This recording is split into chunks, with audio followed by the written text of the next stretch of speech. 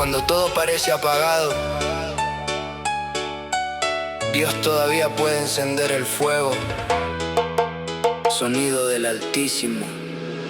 La noche cae sobre la ciudad, mis pensamientos sin descansar, ojos cansados de caminar, buscando un poco de paz. Yo también me sentía igual, queriendo escapar de la soledad, pero tu voz rompió el silencio y me volvió a levantar.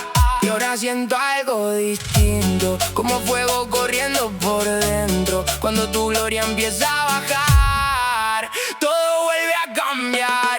Que caiga fuego sobre la ciudad, que sanen heridas de verdad, que vuelva el alma a respirar y la esperanza a despertar. Que caiga fuego una vez más sobre el que ya no puede más.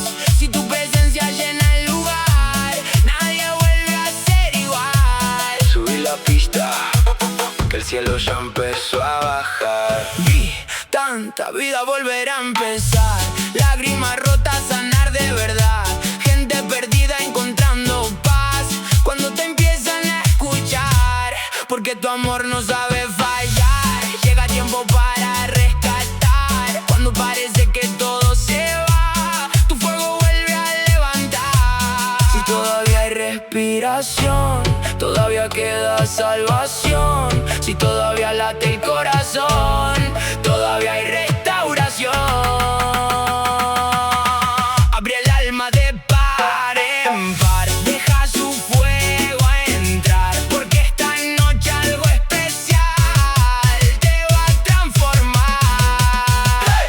Tum, tum, tum, tum, tum, tum.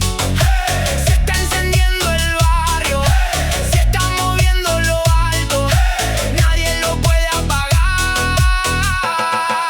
Y cuando Dios empieza a hablar, que caiga fuego sobre la ciudad.